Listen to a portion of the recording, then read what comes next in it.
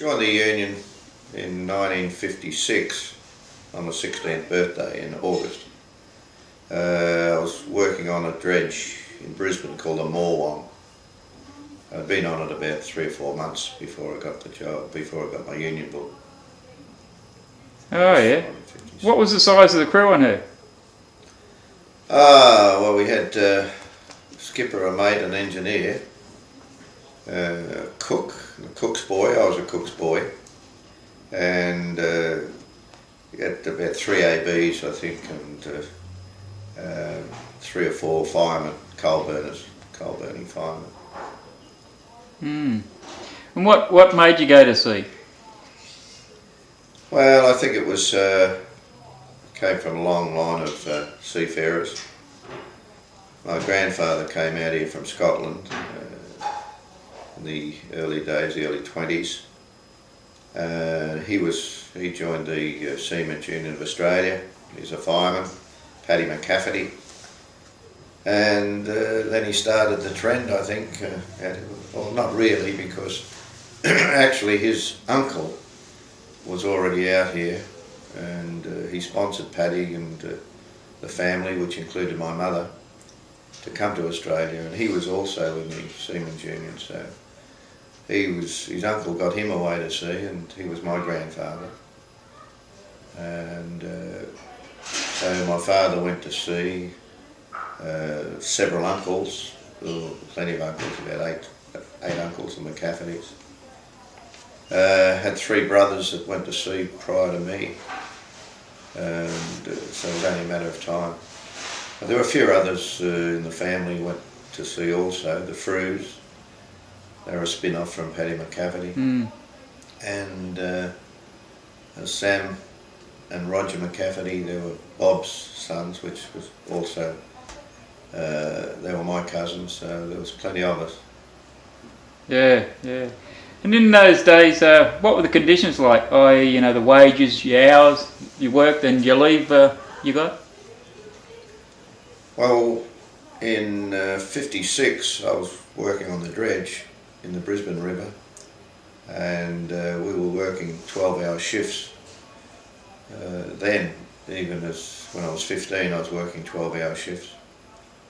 The money was better than average because of the time you put in. It wasn't a 8-hour day and 5-day-a-week job going to sea, so the money was made up mainly with overtime and penalty rates,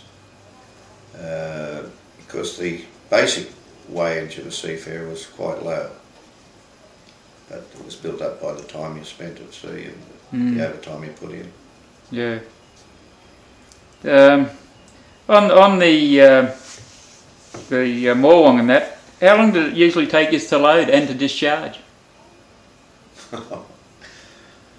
It was a suction dredge. It used to take a couple of hours, I suppose, to fully load up and check it out, and then back to pump it ashore. It's about an hour or so, or maybe, you did about 3 or 4 trips a day or something out to the bay and back into pump it ashore. Some reclaimed land. I think some of it's probably where the airport is now. Is probably some of the stuff that. Yeah, and they're reclaiming right out. They've reclaimed past the quarantine station and that. Yeah. All part of Fisherman's Island. Yeah, well, I used to live in a place called Crib Island when I was a kid, going to school there as well. That whole suburb was just taken over by the airport. Yeah. Just shifted everybody on it. Yeah, no, it's marvellous. And on the Morwong, what was the food in that like? I mean, you was a cook's boy, so it must have been terrific. Yeah, terrific. No, we had a very good cook, Vic Hare. He was good, and he was good work. He had good work ethics. He was clean, and it was good to work under Vic.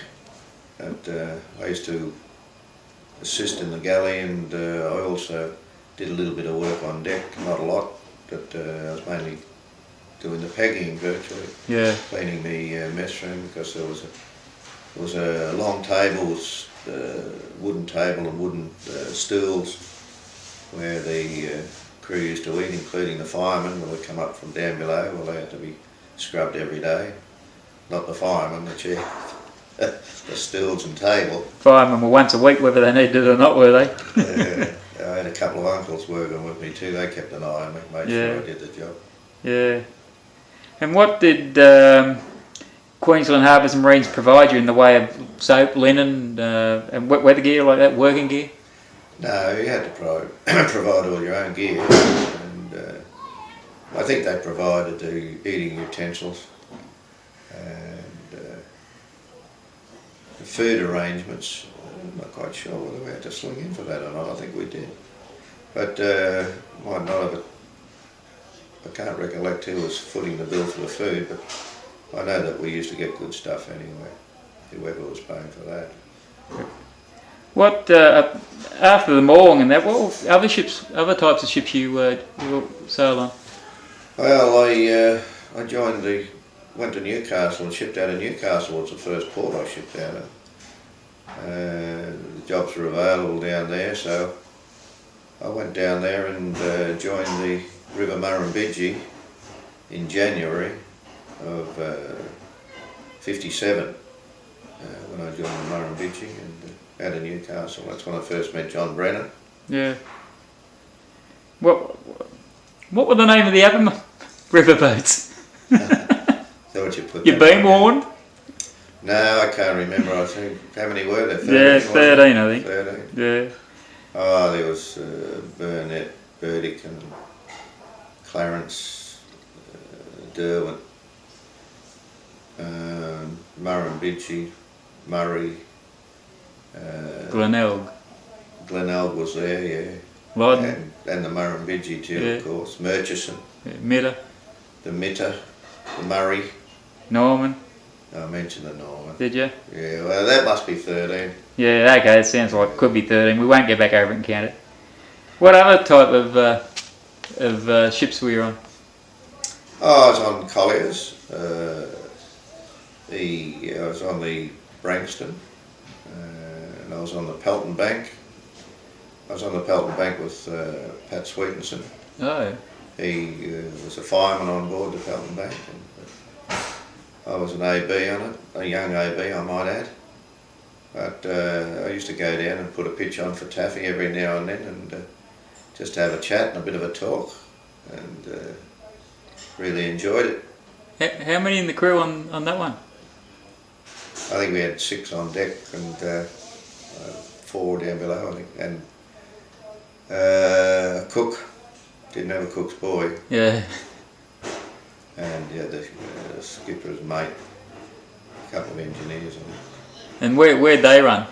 Only to Newcastle and Hexham, and bring the coal back and take to Mortlake, to the power station there. Yeah, right. In your... Wayne Ward was on it also. Oh, yeah. He was on the Pelton Bank with us. The rider? Yeah, the rider. He was the outporter. He was a Newcastle bloke, and all the rest of us were Sydney. And when they come into Sydney, he used to just shut down, and I don't even think they connected up to shore electricity. And she was a forecastle job. You had to, that's where you slept in the forecastle, the old job. Yeah. The old type. We were all in together.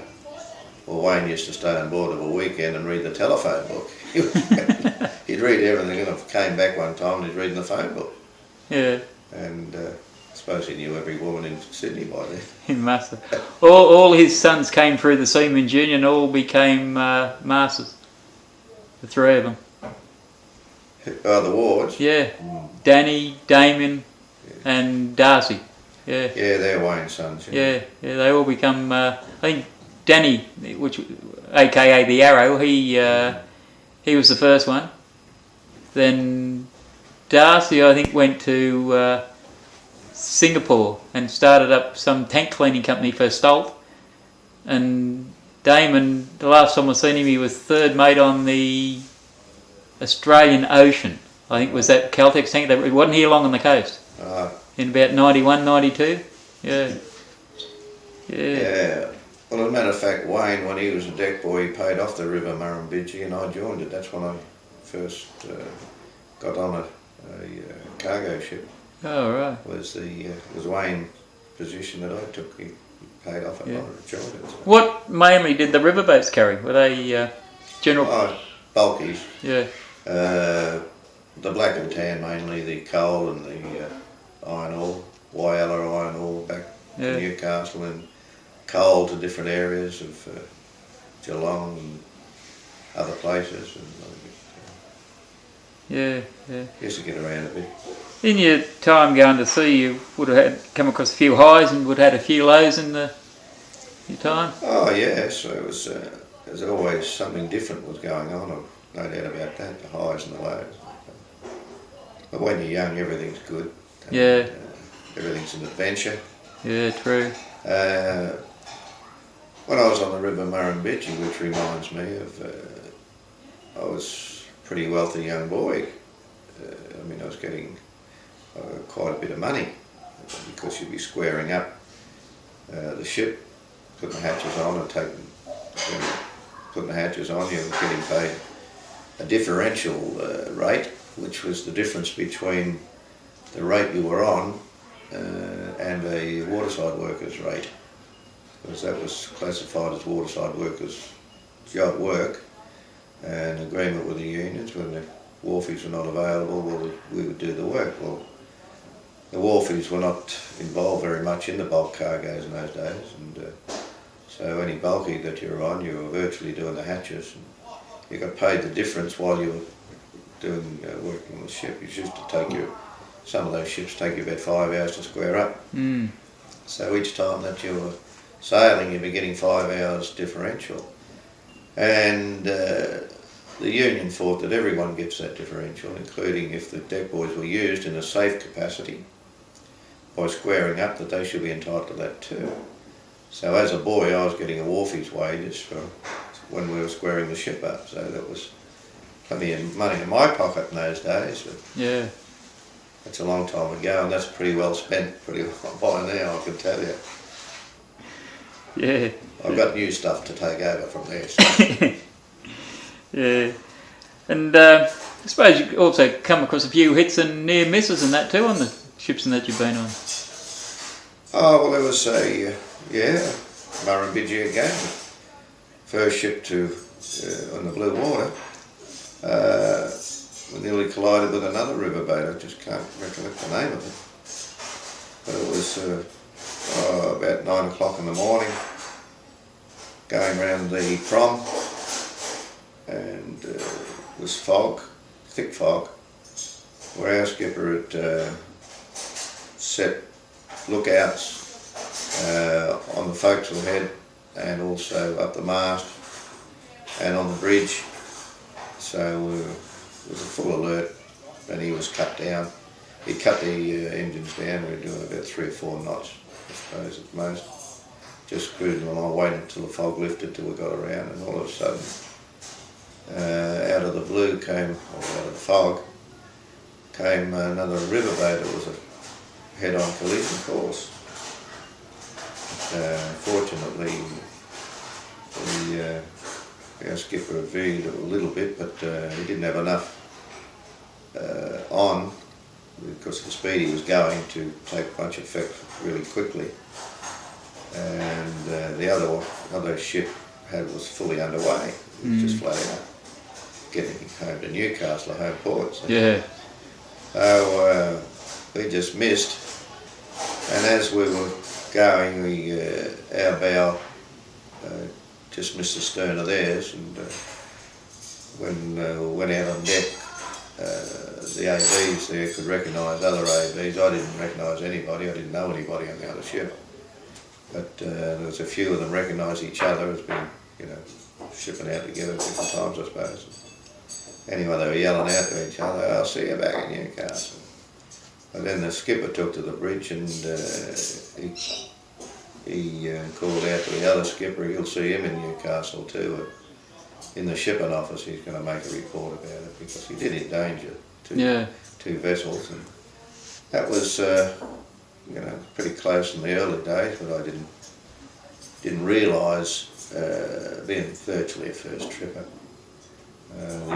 how close and important it was. And we didn't. Another one too, I suppose, was when I was at AB later on. I was on the Barwon when that caught fire at sea, which is a bit scary when the hatch was on fire. I was in the hatch, and number 2, and then in number 1 they had drums of petroleum and oil and stuff on there because we were on the Melbourne to West Run. No Australian tankers on the coast. We used to travel a bit around with in drums and all that sort of stuff. But they had that in number 1. So number 2 was a light, and it had deck cargo, a big truck on board with the wooden hatches, and that could have gone in at any time too. Anyway, we eventually got the fire under control. We had a lot of cylinders on board. I think it was chlorine or something like that. Those giant cylinders. They'd be 10 feet long or something, or 10 to 12 feet long at least. I'll be more than about that anyway, big one. And they were on the deck, and we had to rig the gear at sea. The weather wasn't really good. It was pretty rough weather. We had to rig the gear and get some rope snodders and dump those over the side before they blew. And we had, must have been over a dozen of them, 15 or so of them, had to be dumped, and so we got rid of those before they went. And took us, well, we didn't put the fire out actually, we just contained it. It was still smouldering when we got in a day later, coming into Adelaide. We had to pull into Adelaide. We were met by the fire brigade and that. But, yeah, it was a bit concerning then. Yeah. We had to send blokes down with smoke helmets and all that sort of stuff on to get down into the hatch. And anyway, luckily there's no injuries, and we survived that. Yeah, that's good. In ships you were on, then what? I suppose you would have, in them days there, come across a few disputes, shipboard disputes, isn't it? Plenty. Any spring to mind? Oh, you mean major ones? Yeah. Yeah. Oh, well, I suppose in my early ones were when they brought down an award for going to sea on weekends, that they took away the penalty rates, or didn't actually take away, reduced them to a ridiculous figure, a figure that wasn't even currency. On a Saturday, if you worked on watch, you got 2 and 2pence farthing an hour. And farthings, there was no such thing in my time. I hadn't even seen a farthing, but it was calculated at that. And on a Sunday, if you worked the 8 hours on a Sunday on the watch, well, you got 4 and 4pence halfpenny an hour for working on a Sunday at sea, or everyone's kicking their heels up in Bondi Beach or something, or at home with their families, or whatever they do. And they expected seamen to go to sea for that. So we, the union, it was organised through the union, and that the ships wouldn't sail on a Friday night and stay there till a Monday, and that included passenger ships in those days too, Whanganui and a few of the others. I suppose the Manura, Manunda and all the other ones. But yeah, that was an involvement where we wouldn't sail, we'd get our logging, we'd be working virtually for nothing at that particular time. But, if we didn't make a stand, well, we would have been working for nothing for the rest of our lives. Yeah, yeah. But eventually it got overturned, and we won that battle and got our penalty rates reinstated to what was acceptable. So yeah, that was one. Oh, bloody hell, we had the Ampol dispute. I remember that was important when we were fighting to get tankers on the coast. When Australian government subsidised the building of the Ampol... PJ Adams, I should say, which was operated by Ampol, the great Australian company. And when she was built overseas with subsidies from the government, your money and my money, they put in a foreign crew to operate it. So that was a major dispute. We were done by Ampol campaign. Yeah. And that had a large effect on Ampol's public relations within Australia, and it was a good pressure point to put on to have tankers on the Australian coast. You built her in Wyler and snuck her out of there at midnight with Pommy officers and a Chinese crew. Well, there you are. Yeah. But they didn't get away with it. We eventually got the PJ Adams back. As a matter of fact, I think my father was on it for a short time. And it's the only ship I've got a baddie on. Yeah. Oh, do you want to edit that? Yeah. Oh, it must have been for a good cause. Oh, it was, believe me. But yeah, there was that. There's been quite a few major ones we've had, and going to sea in those days. We've had recent ones, of course, with the MUA. Yeah, so the Schedule C and the roster system. Well, yeah, we previously to that, I mean, my brothers, they were all went to sea under the old system. We had to sit up or stand up for a job, and they used to feel your muscles and all that, and pick out who they wanted. That was at a union organised engagement centre, and we used to. I remember Brisbane.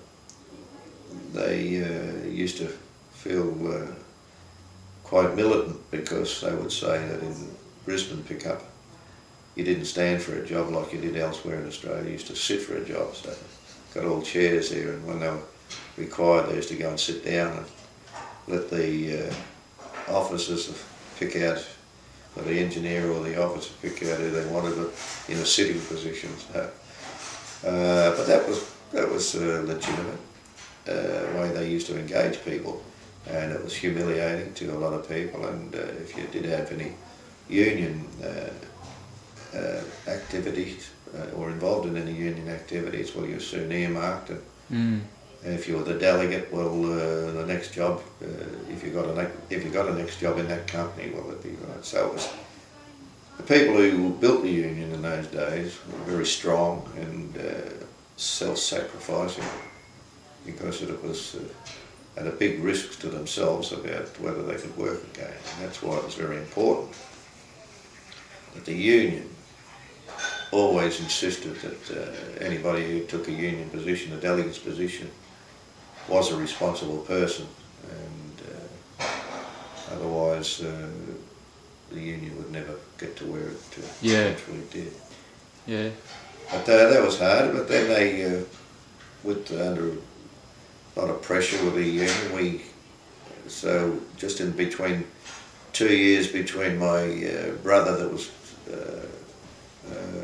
next brother, I was the youngest, but the next eldest to me, he went under that system, and I wasn't under that system. By this time, the union had gained a position where they ran the pickup themselves, and used to have committees at the engagement centres and put your name down and run their own roster system. Yeah. We operated a roster system then, so that was one. And then later on, I think it was 64, it became registered seafarers then, where you had to register with the government. And that was a tripartite agreement with the ship owners, the government and the union. And that was operating until recently. When I say recently, until just pre the Patrick's dispute, when under Peter Reith, everyone will remember him surely for the rest of their lives about what he tried to do under the guidance of John Howard, was to destroy the union. Well, the first thing they did was destroy the pickup, the engagement system. Yeah. Which is a major blow. So people say, oh, we gave the pickup away. We didn't give the pickup away. The union didn't give the pickup away. It was stolen from us because the government withdrew the government department from it, and then brought in legislation and laws that if the employers gave preference to the union, that they would face a hefty fine worth millions of dollars. That's right, yeah. So they stole the engagement system off us, because that was not only a social area for seafarers used to get together, it was a very good political centre where we used to discuss problems, not only in the seagoing industry, but we were able to discuss problems on social grounds and what's happening in the government, what they're doing, and so they wanted to split that up, so that's how they did that, and it was forced into company employment instead of having a system that was fair to everybody, and it was a good, as I said, a good meeting place, and it was good for the union organisers, the officials of the union. It was very good to have a group of seamen that you knew you'd be getting tomorrow at 10 o'clock in your port. If it was the unemployed were there, the pool of unemployed. And that's where we had one of the talking disputes a while ago, where we had one of the major ones with Columbus Line. And Columbus Line had a picket line outside their office in Sydney. I think it went for about 7 years. Yeah, it went quite a while. Trying to fight for our right to man ships that were operating around our coast and internationally on the Australian trade. We wanted a part of that. So each day the engagement centre would finish and then we'd go straight up to the Columbus picket line in George Street in Sydney, right in the middle of the city, with our placards, and parade up and down there for a few hours actually. And it wasn't a 24-hour picket line, it was a picket line of protest to make the people in Australia aware. And if you're there for 5 days a week for about 7 years, I think you've nearly covered all the commuters in Sydney and all the people that are working in the city. Because when I say commuters, we were nearly outside Wynyard Station, so you got a lot of the commuters. I think it made the Guinness Book of Records, didn't it? Oh, if it didn't, well, we'll have to make sure it does. Yeah. And we used to have celebrationary birthday parties and have cake, take a cake, and then we'd take the cake up and offer the management up there, the people that are working in the office, some cake, and said that we want a slice of the cake too. You can have a slice of ours, now give us a slice of yours. So that went on for a long time, and it got a lot of good publicity from the local press because it was well organised and it was peaceful, and matter of fact, I think a lot of people got to know a lot of the workers in the city and got them interested. And so that went on. That was a long time. So that was the engagement system where we had the pickup. You could draw on that, on those those members, and if you needed any issue in hurry that came up or something, well, you wanted some assistance in doing something politically or industrially, well, you'd always go to the pickup and round up a few bodies that are willing to help. Yeah, nowadays, rare as hen's teeth trying to find blokes now. Yeah, a bit difficult. Yeah.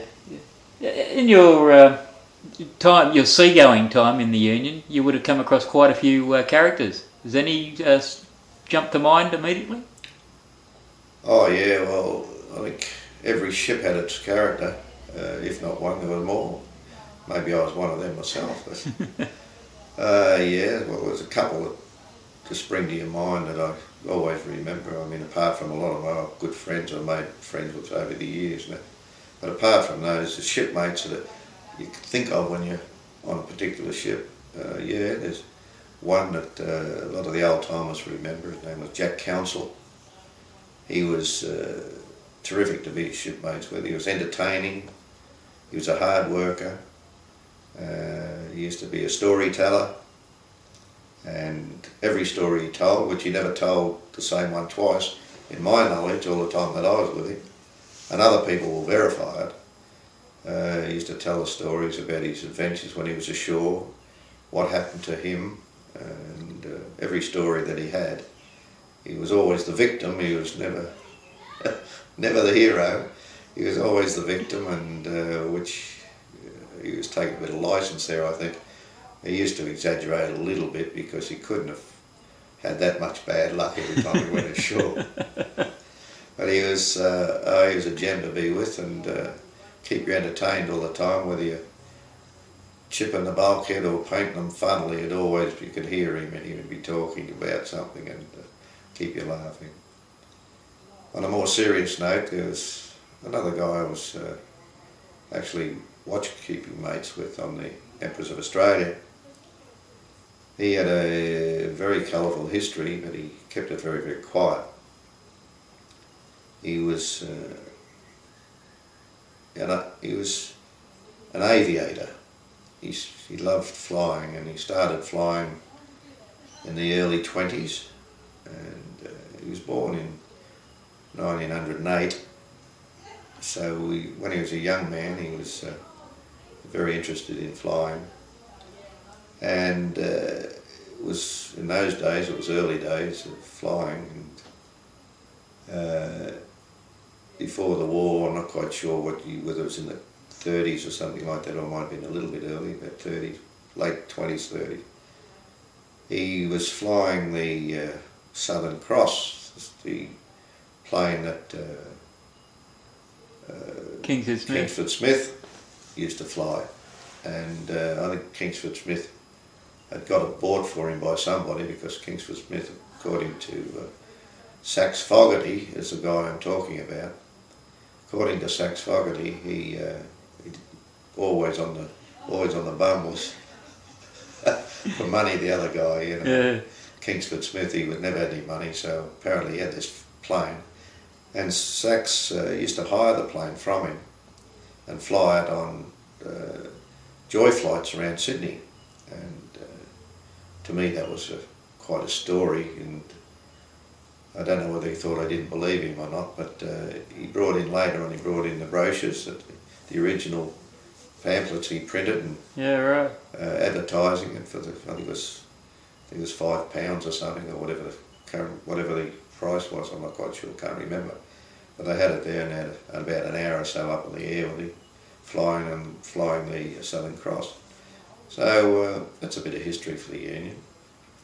And war broke out, and I'm led to believe that he was the first.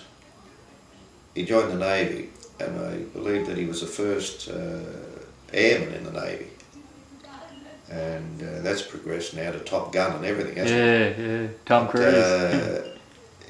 He went to England and was in the RAF and during the time, and then they got him to fly. Well, I suppose he was in the Navy then, because he was flying the spotter planes that were they had floats on them. Oh yeah. And he used to take off from the King George V battleship and go over and do a bit of reconnaissance, and then come back and then land near the ship in the water and with the floats on it, and then they used to rig the gear and bring the plane back on board, and that's how he used to get back on board the ship. So he was doing that for a while, and then later on they put him in the Blenheim bombers, isn't it? Blenheim bombers. bombers, yeah. And I think that's the name of the bomber he was in, but there was only a crew of 3. The whole fuselage was taken up by camera, and it was his job to fly over the enemy territory and take photographs, because once they'd take off, the camera was rolling all the time. And he used to fly, he used to have to get up very high to give him time to manoeuvre and get away if he got spotted or picked up or something. Well, the fighters would come after him, but it'd give him a bit of a chance to get going if he was pretty high up. And so he used to fly over, which was very dangerous. There'd be the two things he used to do with this reconnaissance flight. As you know, they want to knock them out as quick as they can if they see them in the air. Yeah. They don't want the enemy to know what's happening. And the other one was the cameras, where they used to plan the hits on the enemy territory there. Well, they were targets too. They had to be knocked out. No, they were getting knocked out quite frequently. Matter of fact, Sachs got hit once and he went down and had to ditch it in the English Channel. One of his crew members was dead before it hit he was shot by the fighter. And the other one, the two of them were alive in the plane, and he ditched it into the ocean, into the English Channel. And the other guy got out, but as did Sachs, I mean. But the other guy didn't, Sachs never saw the other guy again. Yeah. Disappeared in the channel, didn't get rescued. So, yeah, there's some interesting guys used to go to sea, probably interesting guys still go to sea. Yeah, it's true. That's What eventually happened to Sachs? Well, he got stomach cancer, and he kept working all the time with that. He was hiding it from quite a few people, but being his watchmate, I knew that he was under a lot of pain. And I'm pretty sure that he'd kept his age pretty well covered up too, because at those times we used to retire at 65. I think he might have got a couple of years extra out of it, and good luck to him on that. Yeah. But I know that he kept working until just prior to his death. Mm. And he died in 78. Yeah, right. So, this was on the Empress being your last ship at sea? Yeah, that was the last ship I went to sea on. I was there for 13, 14 years or something, and I was delegate for most of the time. I was quite a long-serving delegate on that ship. I think I became delegate after about 12 months. I might not have been 12 months, but I was continued to be the delegate on there until I left the ship. Yeah. And in 1970, I was called up by the Sydney branch to a pub in Balmain during my lunch hour on the Empress, and John Benson rang me, and he said, "I want to see you," with his very official voice. And I thought, what's he want to see me about? So I asked him, and he said, "I'll tell you when I see you. Just be there." So I thought, gee, what have I done? What am I trying to think of? I couldn't think of anything. Of course, I don't do anything wrong. What's that halo? Yeah, and I thought, no, I didn't make a goose of myself anyway that I know. I don't know what it is. So I got up there in the lunch hour to the Sackville Hotel in Balmain, and John was there, and he said, "Well, we'll have a beer first." So we got a beer, and he just said, "Well, Taffy's going on leave, and I want you to come into the union office and relieve in the union office while he's off." And I had my doubts. I said, "I don't know whether I'm ready for that, John." He said, "We think you are. We've had a discussion about it. We've decided that we think you should come in." So I said, "Okay, if you've got that much confidence in it, I'll do it." And I did, and I used to relieve them both. They'd worked their way so that they had quite a lot of leave due to them, because it was hard to get leave as union officials at that time. It was pretty hard, as it is today. And he said, "Well,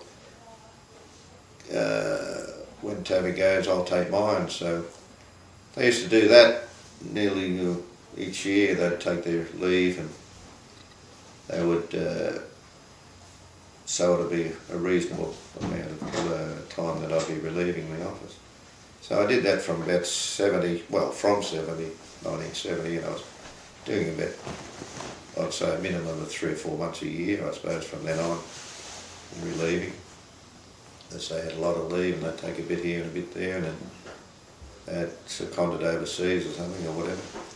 And that went on until E.B. Elliott retired in 79, and I stood for the position of Assistant Branch Secretary in Sydney, which I won, and I started as full-time official in Sydney the 1st of January 1979. So I suppose the claim to fame is that I went into the union office when Elliott retired. So you got Elliot's job. Yeah. I don't elaborate on that if anyone asks me when we come in. I say, oh, when Elliot retired, I just came in. Speaking I'll leave of it at that. speaking of Elliot, how did you find him? Oh, Elliot was Elliot. You'd find him in all different ways, and people would describe him in all different manner. He was a very strong guy. He was very strong with his communist views.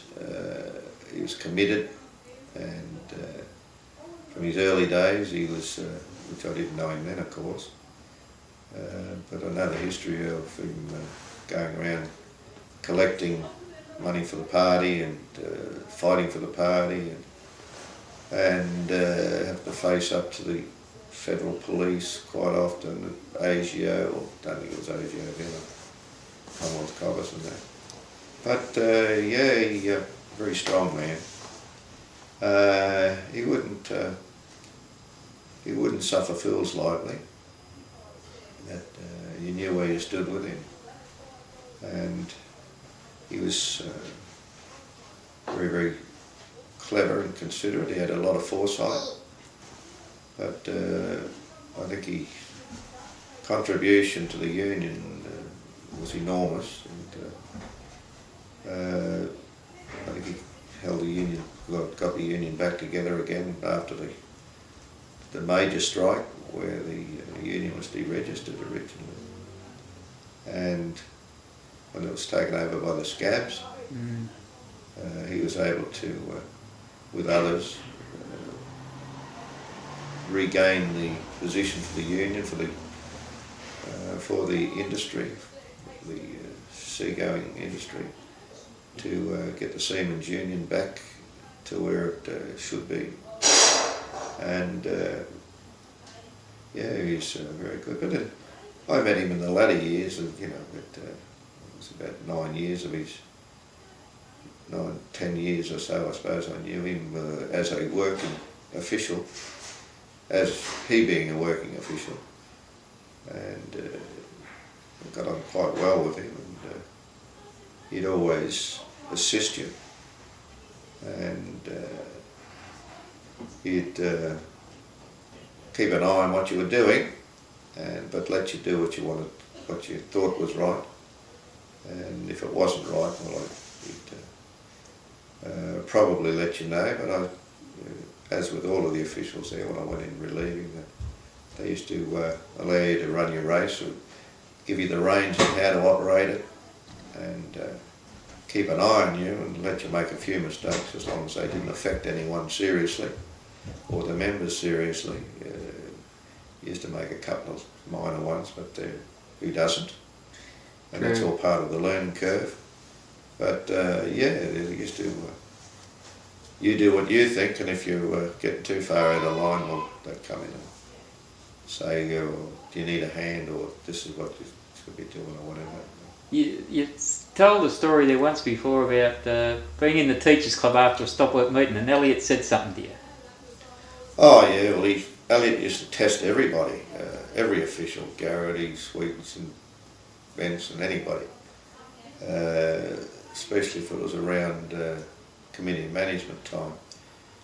But stop work meeting day, well, the tradition, of course, was you go over to the teachers' club, and which is quite, well, you'd be in the teachers' club building, and you just come from one room, the auditorium, into the club. You go up into the club, and that's where the seamen gathered. So naturally enough, that's where the officials should be, with their members. And when I was relieving there one period of time, I was in the club having a beer with a few of my friends, and laughing, joking, and talking a few things, and Elliot was the other side of the bar drinking his gin and tonic, and he thought he'd have a go at me a little bit, or position me, or I don't know what, prove his authority, either for me or for the membership, I don't know, but you'd hear the voice come across. He'd always call you by your surname anyway, and if you wanted to be noticed. He said, Steen. So I said, yes, Elliot. So you could say Elliot, because that was his name, Elliot or Elliot. Yeah. So, yes, Elliot. So he'd have to take his pick which one you meant. And he looked and he says, my watch says 2:10. Well, that was after lunch hour, wasn't it? 2 o'clock. Turned 2 in the office. So I assured him he had a good watch. I said, yeah, that's pretty right. So was mine.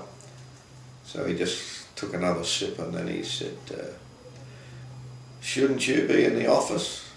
The members may be looking for you. I said, that it. If there's any members over there, they're all over here. I said, but anyway, I said, it's a habit I can't break. I said, when you go to sea, because I was still going to sea at the time, so when you go to sea, Elliot, you know that you have your stop work meetings. And the only time you'd go back to the ship was if you're a hungry bastard, didn't want to be docked your half day off, or the ship was sailing, or you're on the gear. There's only 3 reasons. And I said, the office is not sailing. I'm not on the gear. I'm doing some business here, and I'm not a lousy bastard either. So it's a habit that's too hard to break. He gave his smirk as he did, his grin as if to say, that'll do, and nodded his head and just left me alone then. So I don't think I went back to the office that day. I'm not sure whether he did either. You'd have been a hungry bastard if you did. I think he just went over and squared up to see if anything had happened, which it normally do no matter what happened. Yeah. But yeah, that was the stop work. So that's the things he used to do. He used to have a little go at you every now and then, but keep you on your toes or keep him on his toes, I don't know. Yeah, and talking about stop work meetings, I always used to find in Melbourne they were packed, and I presume that Sydney and that was the same. In those days, was. Everywhere you went, the stop work meetings were packed. Well, there's a couple of reasons for that, of course. We had more membership. A few reasons. More membership. You had ships that would be in port longer.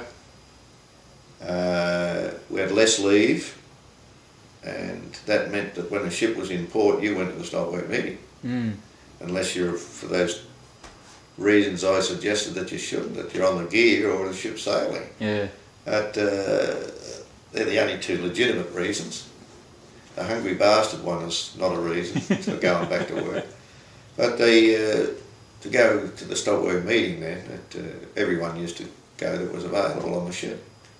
But now, it's not just now, but it's been happening over the years as more leave came into being. I think that some of the seafarers got the idea that either on leave that they're not going to go, that's going to muck up one of their days of leave, and if a stop work meeting falls when they're at work, they'll go to the stop work meeting. But if it doesn't, well, they'll just stay at home or go fishing or do whatever they're going to do. I'm sure they wouldn't stay at home to mow the lawn. They'd probably rather go to the stop work meeting. Yeah. But it's drop off. There are a few of the reasons.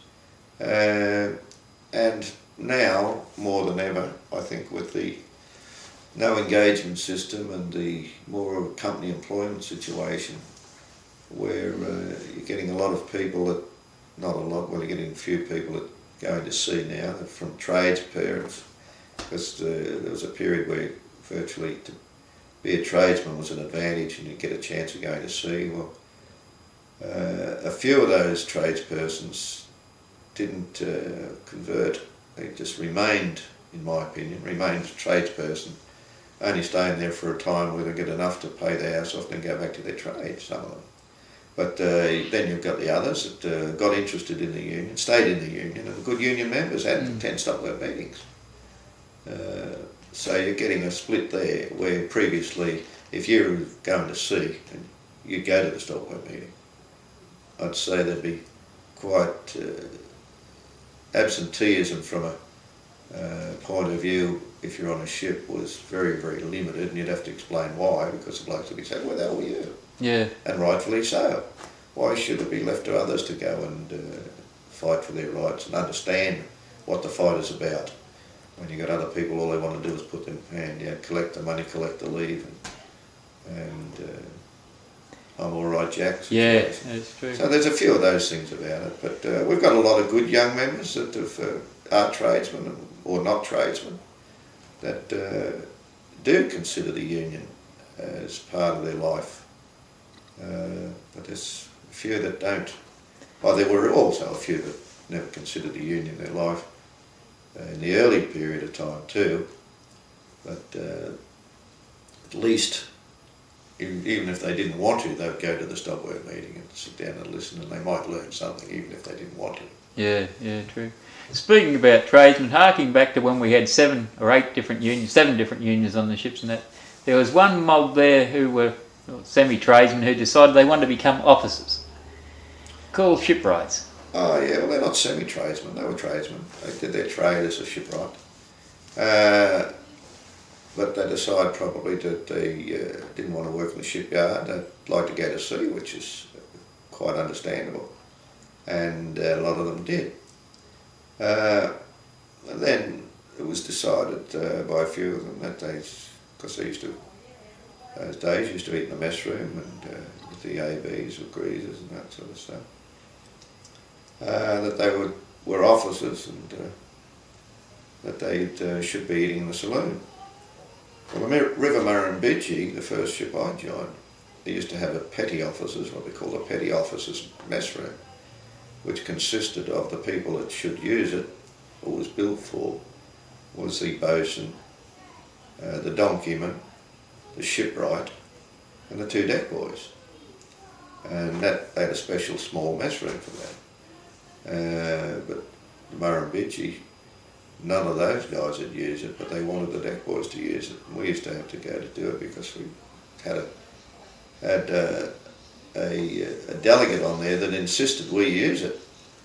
And in his mind, rightfully or wrongfully, I'd say wrongfully, he was trying to be militant. It's there, you should use it. That was all right with the 2 deck boys. But he didn't say it to the boatswain, he didn't say it to the shipwright, and he didn't say it to the donkeyman. But, so they didn't eat there, they ate in the mess room. He just said, well, no, you've got to eat in there. So we did most of the time until changed to delegates, and then we eventually got in there, I think. But, so they used to have their own mess room, the petty officers. Then the shipwrights decided that they would push to eat in the saloon with the mates and engineers, which they won, and I think they had to go to the commission and argued in court, I think, if memory serves me correctly.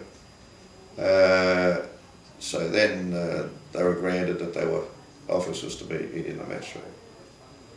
They were mainly BHP ships, and decided, okay, well you want to eat in the mess room, well there's no room on the tables for you because we haven't got any room, you'll have to build your own.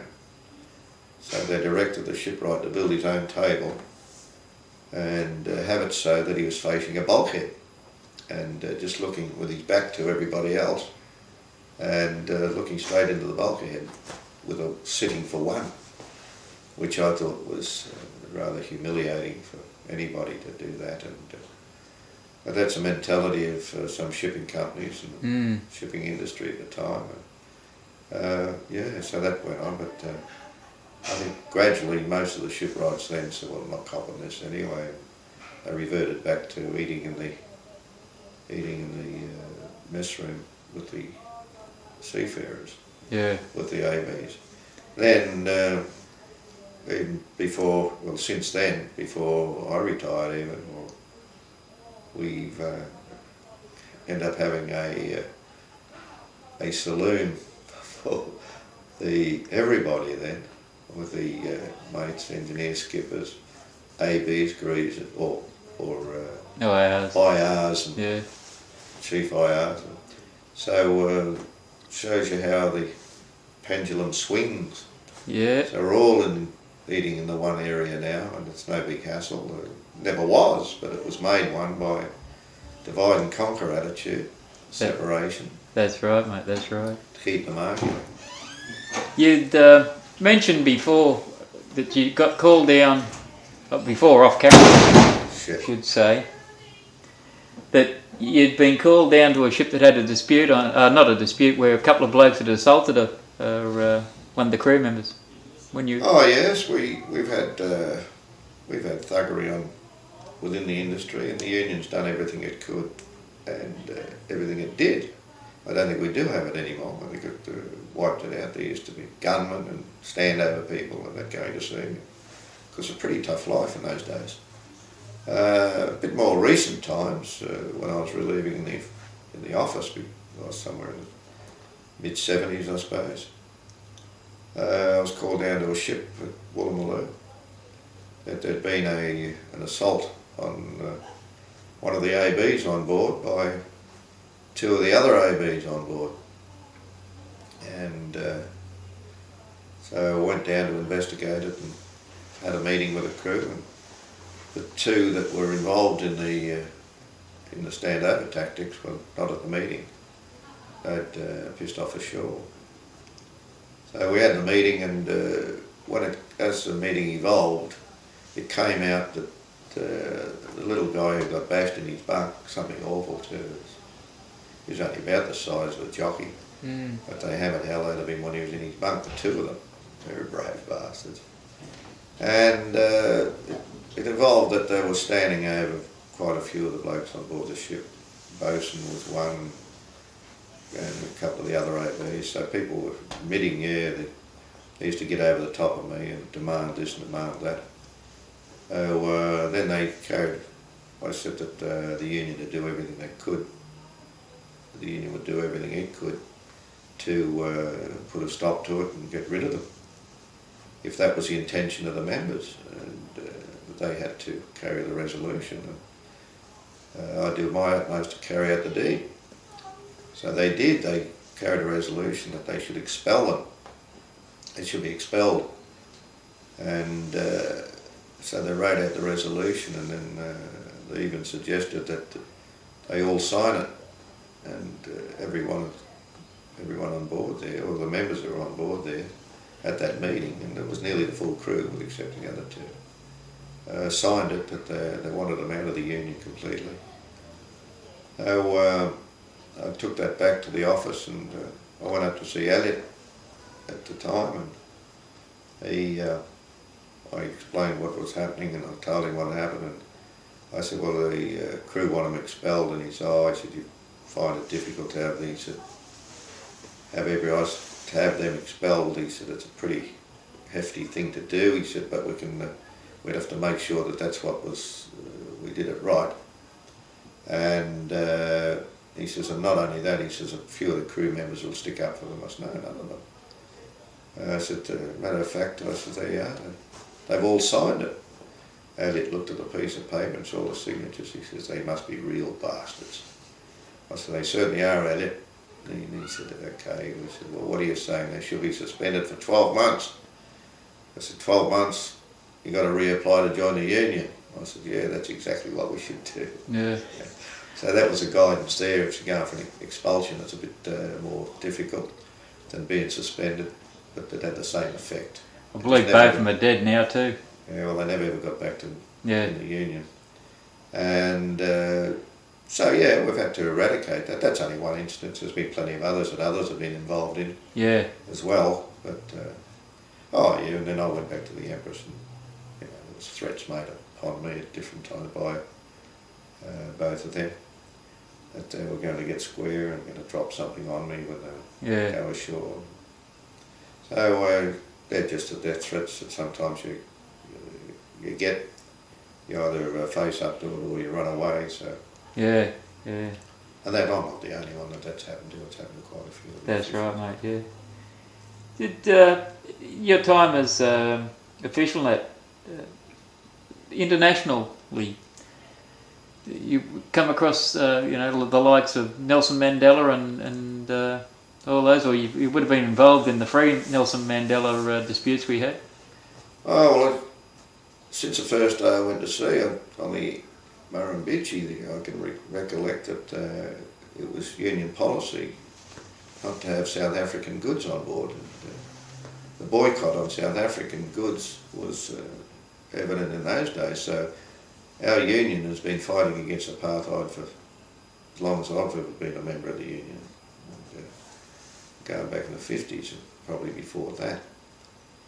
Well, it was before that, I suppose. And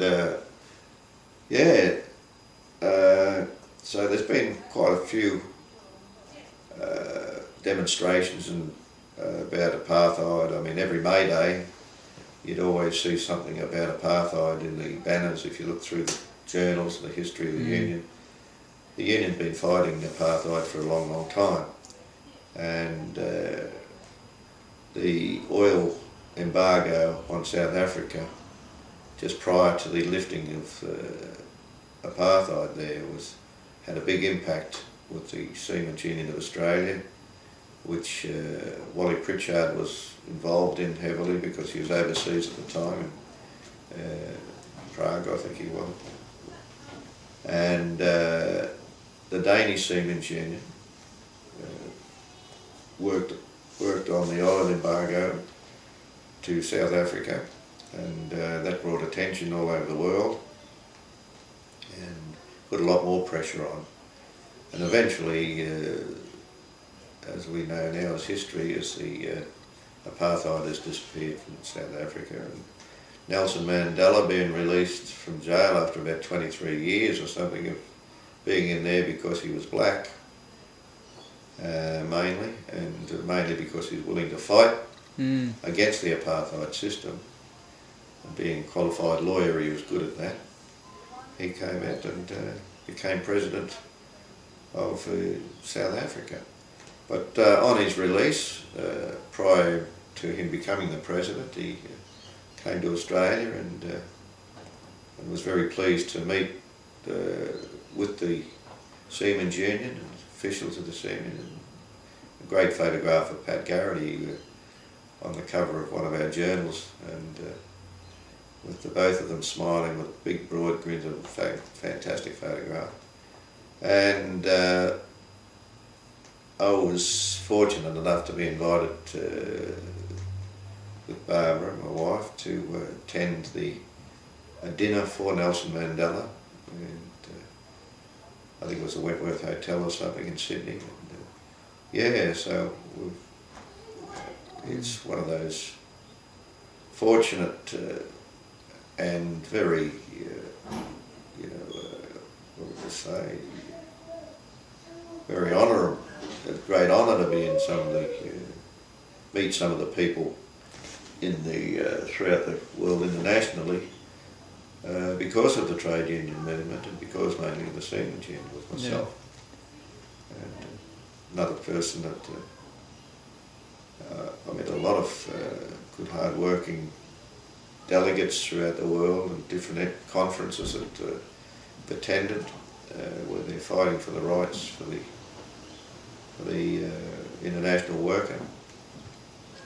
And that's where our union has always been at the forefront of international trade unionism. I think mainly, I suppose, because seafarers in the early days, I mean, they were the telegraph. They were the communications between countries. Yeah. They were the storytellers. You'd go from one country and go to another, and you're able to tell the workers in one country what was happening in another, and so pre-satellites and pre-everything else, communications, pre the communications that they've got now. Yeah, so one thing I suppose we would be, in international, we'd be a bit remiss if we didn't speak about is the Japarut and the Boonaroo. Yes, well, they were the couple of ships that our union members refused to take arms to Vietnam to fight the people in Vietnam. We didn't say that we wouldn't take the ships to Vietnam. We said we'd take things up there for the comfort of the troops that were up there. Most of them didn't want to be there, a lot of them wanted national service. We said we'd take things up for them, but we wouldn't take anything up there that was going to kill any one of the Vietnamese people.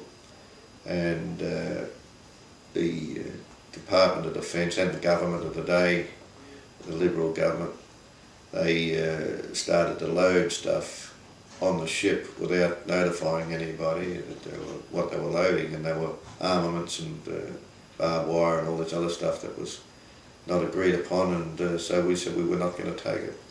So, but Japarra did go up there prior to when we decided, when it went up there without armaments, manned by ourselves, by the Maritime, by the Seamen's Union members.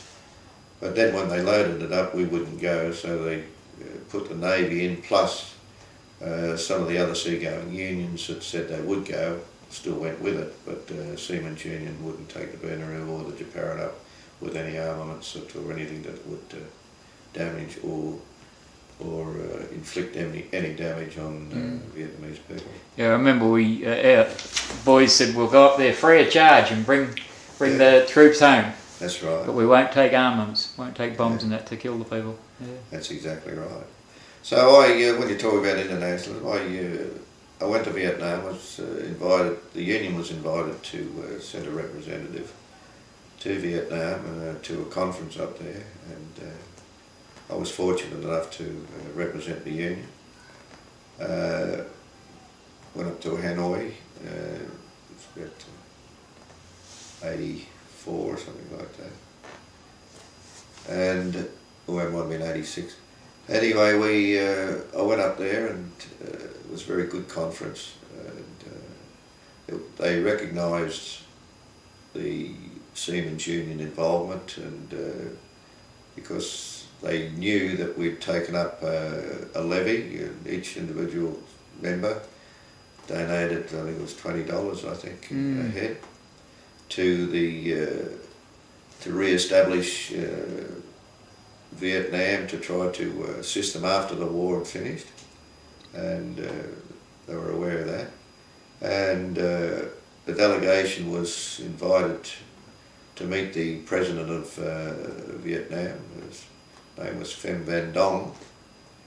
He was the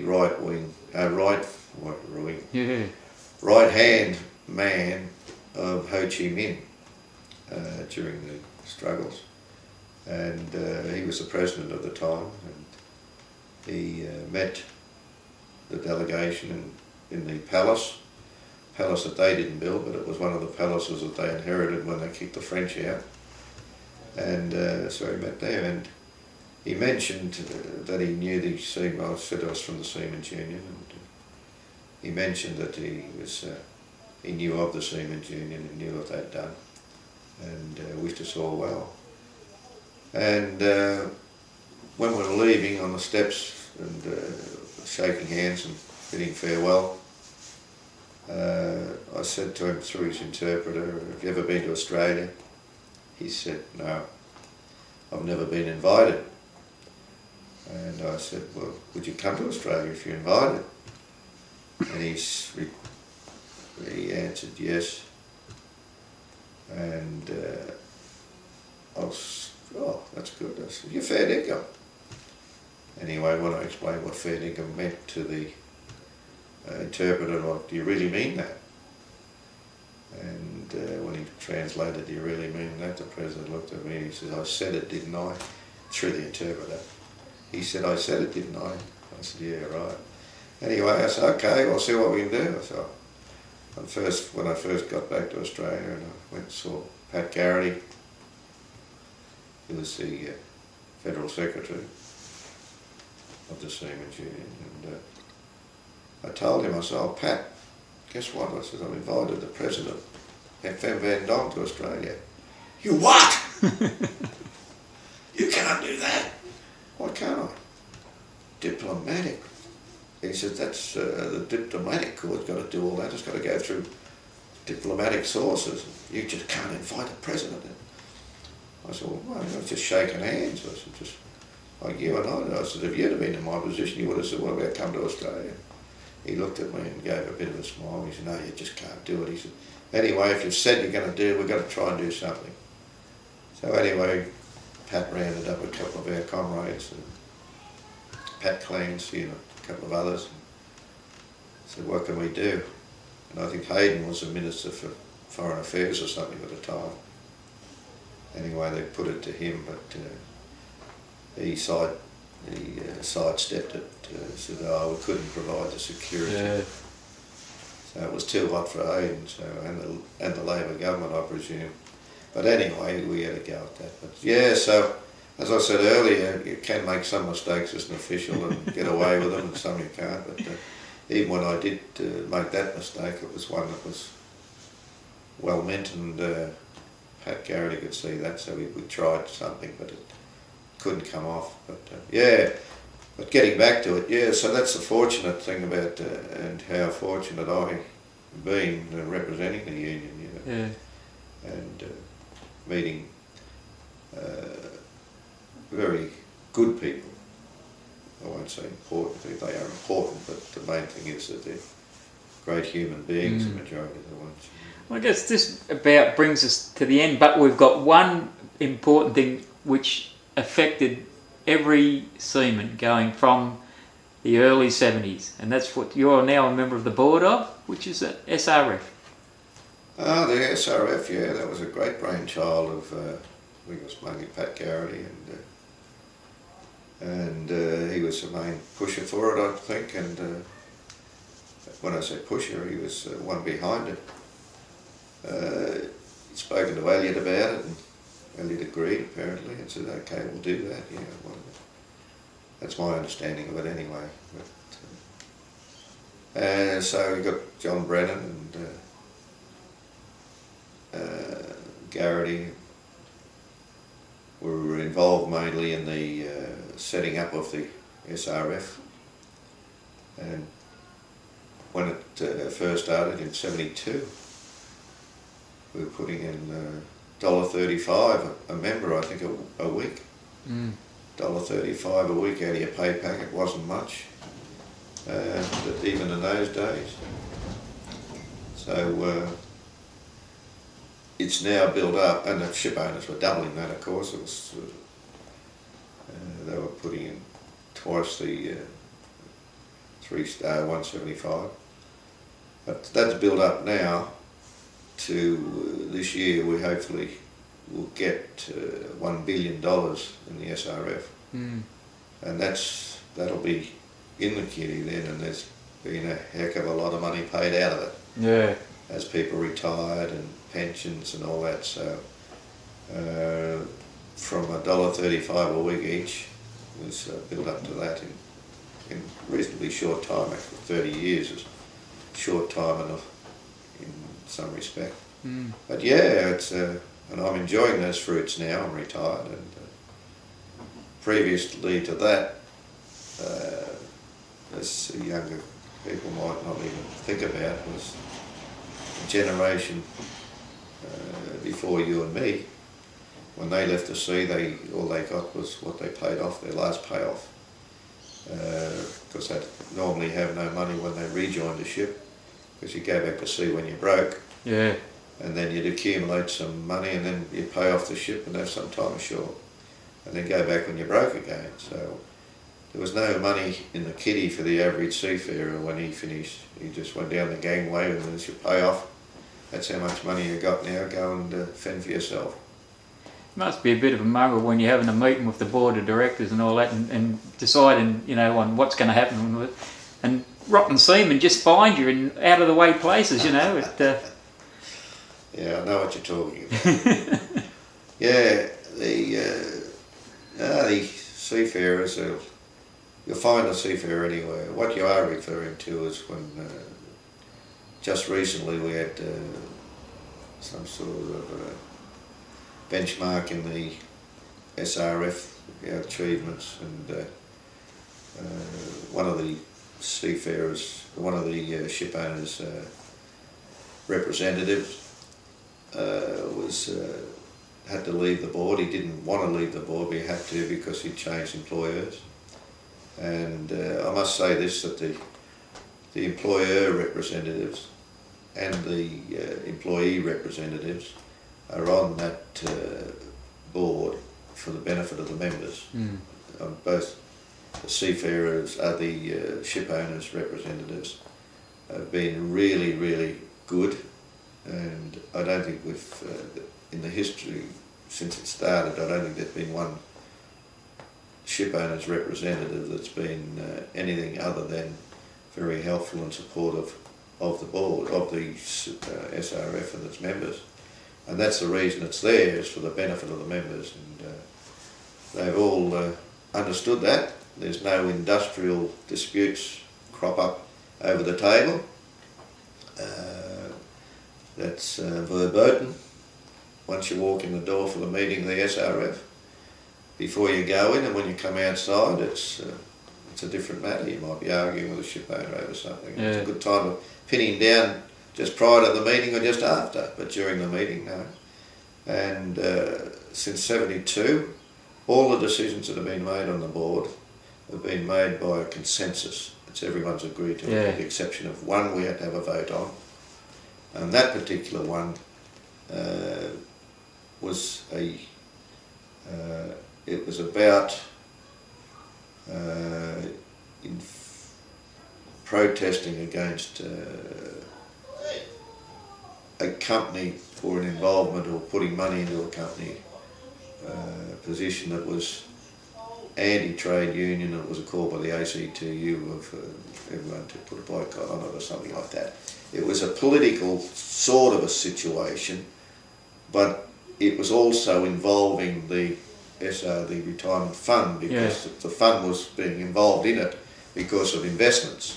So a decision had to be made by the fund, but it had a political overtone on it, and I think for the ship owners' representatives, one or two of them, not all of them, virtually had to make a decision on a position that wasn't contrary to what their employers would want them to be doing. You know. But there was only one, and that was only one ever had to go to a vote, and the vote that was taken was accepted by all, which was in favour of what the ACTU was wanting anyway.